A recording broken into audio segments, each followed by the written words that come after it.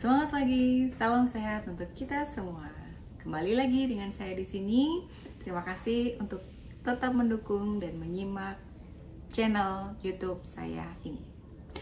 Kali ini, setelah kemarin kita sudah membahas tentang muntah, ini ada relevansinya juga dengan sebuah respon fisiologis dari tubuh untuk menyingkirkan benda asing, kuman, dan zat-zat beracun, toksin ya yang ada di tubuh, khususnya di saluran pencernaan, yaitu diare. Nah, diare sering disebut juga dengan mencret. Ini bukan hal asing lagi ya bagi kita. Saya yakin semua pernah mengalami, meskipun dalam tahap ringan hingga akhirnya berat. Semoga nggak sampai berat sih. Rata-rata dengan tahapan ringan saja semua orang pasti pernah mengalami.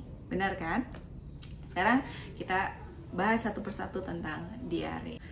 Diare adalah bertambahnya frekuensi buang air besar dan ditandai dengan keluarnya air besar atau feses berupa cairan atau mencret yang terjadi lebih dari 3 kali dalam sehari. Bisa dengan adanya darah atau tanpa darah, dengan adanya lendir, busa, dan bisa juga tanpa adanya lendir ataupun busa. Durasinya bisa 3-5 hari, ini normalnya ya.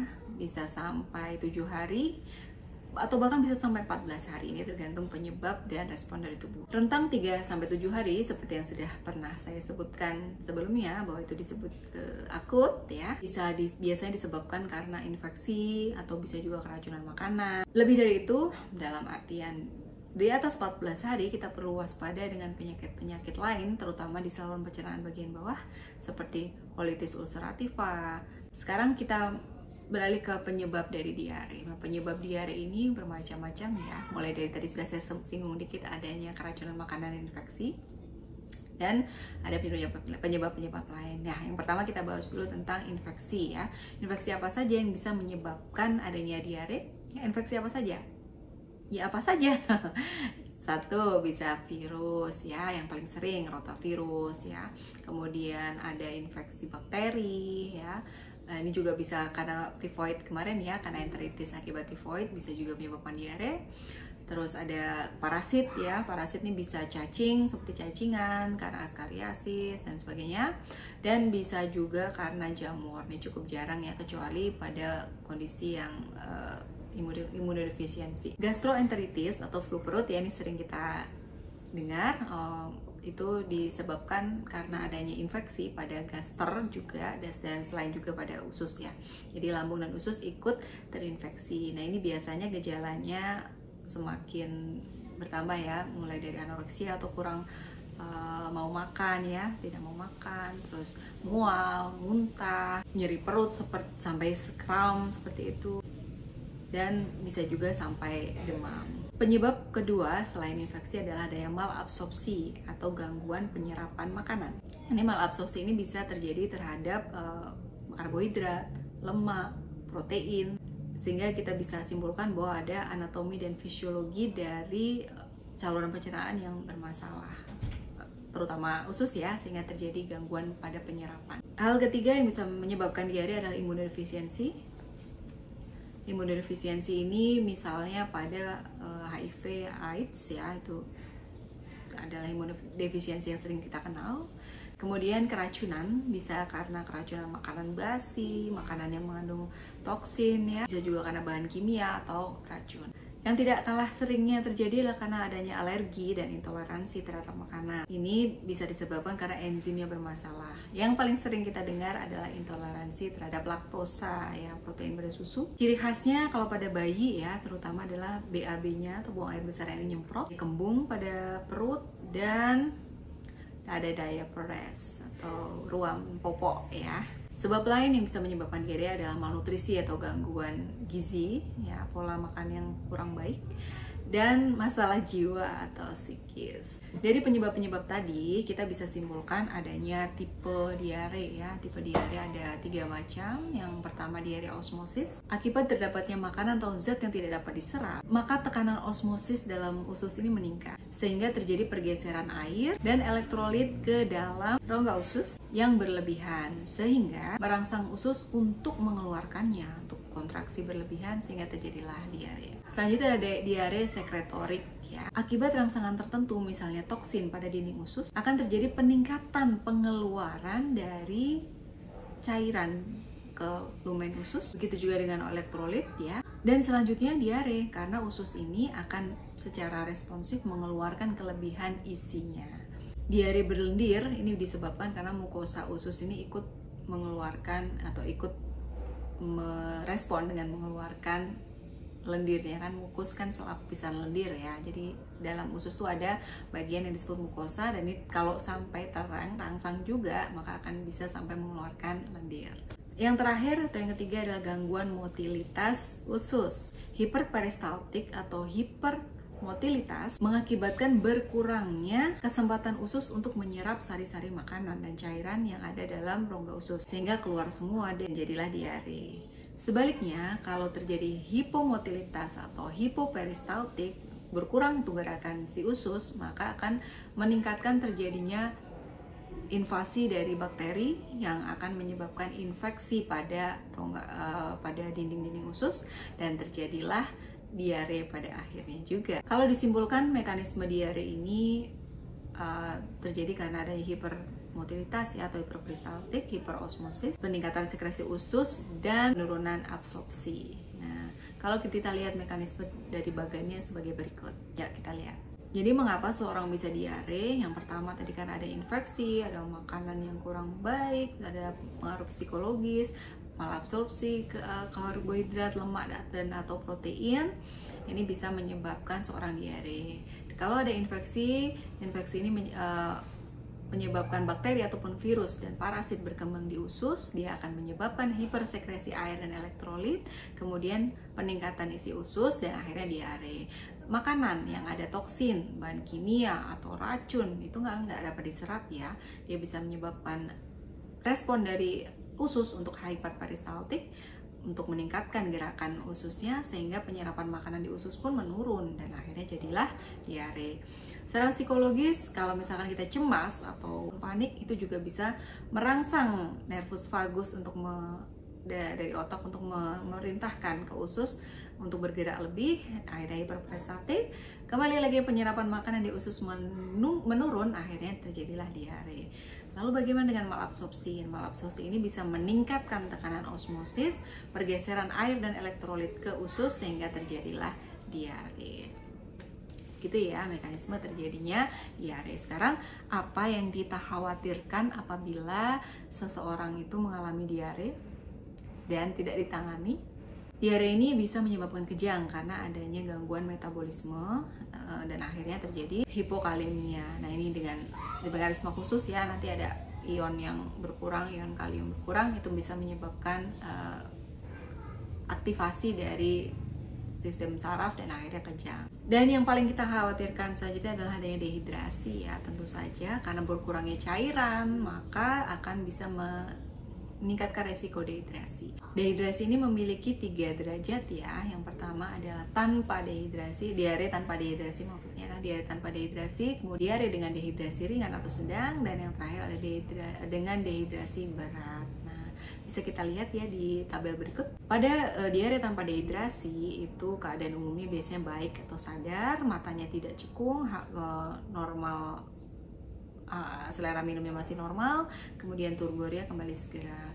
Dengan tanpa dehidrasi ini kita cukup dengan memberikan cairan oral ya, nggak perlu harus dirawat di rumah sakit dengan infus.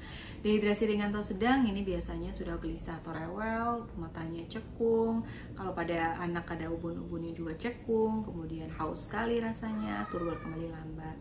Dan pada dehidrasi berat ini sudah mulai ada penurunan kesadaran, matanya cekung, malas minum, dan turgornya kembali sangat lambat.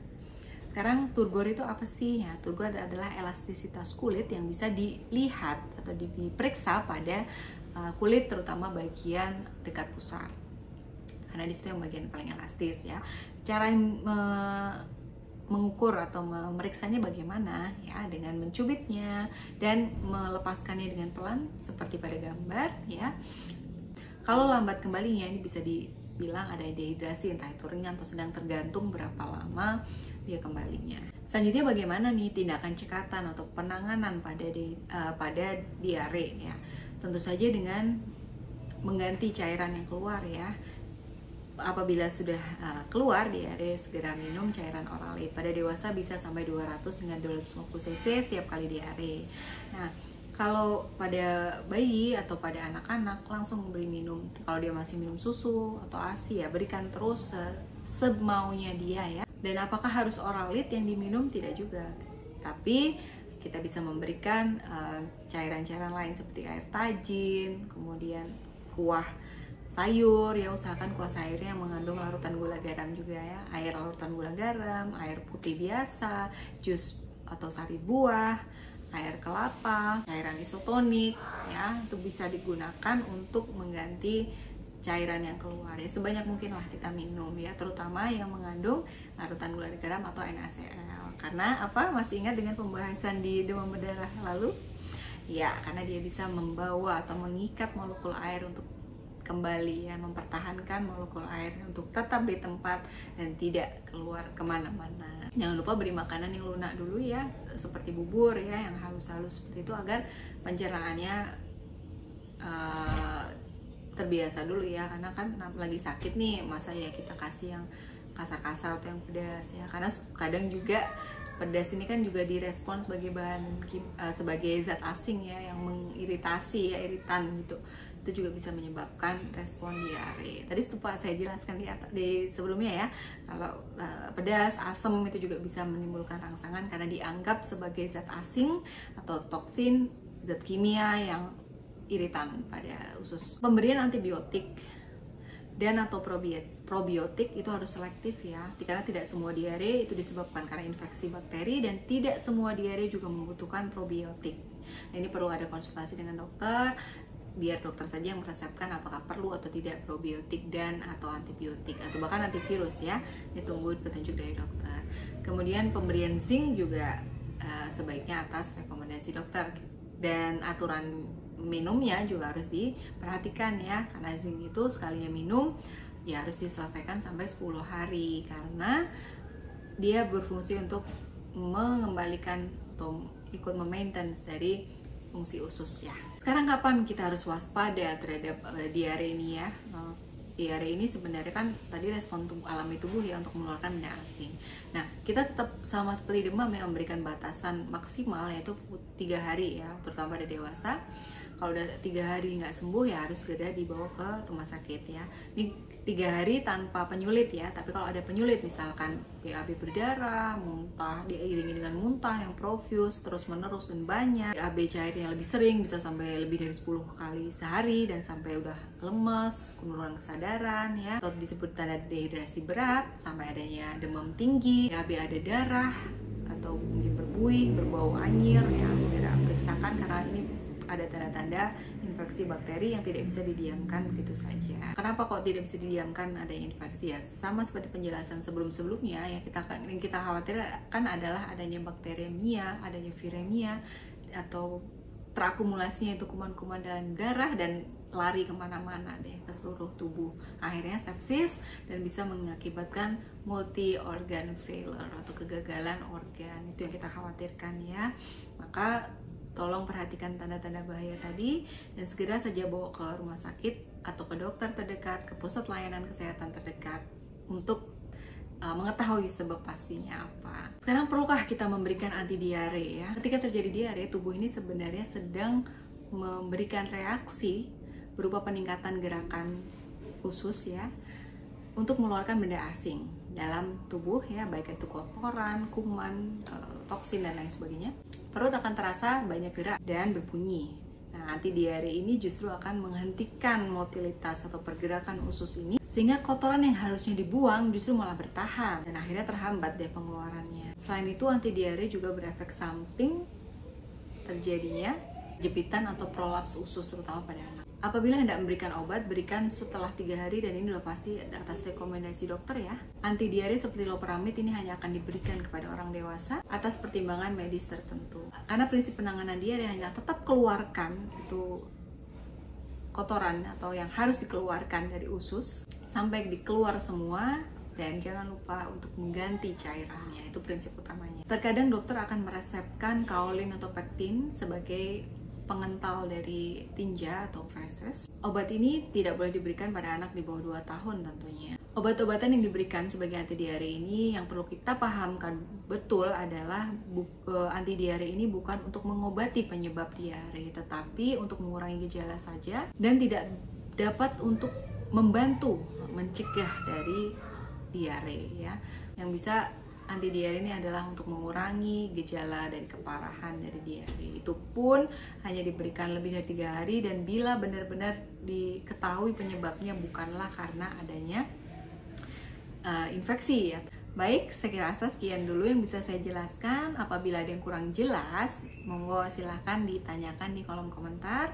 Dan apabila ada kurang lebihnya saya mohon maaf. Dan kita ketemu lagi di konten selanjutnya.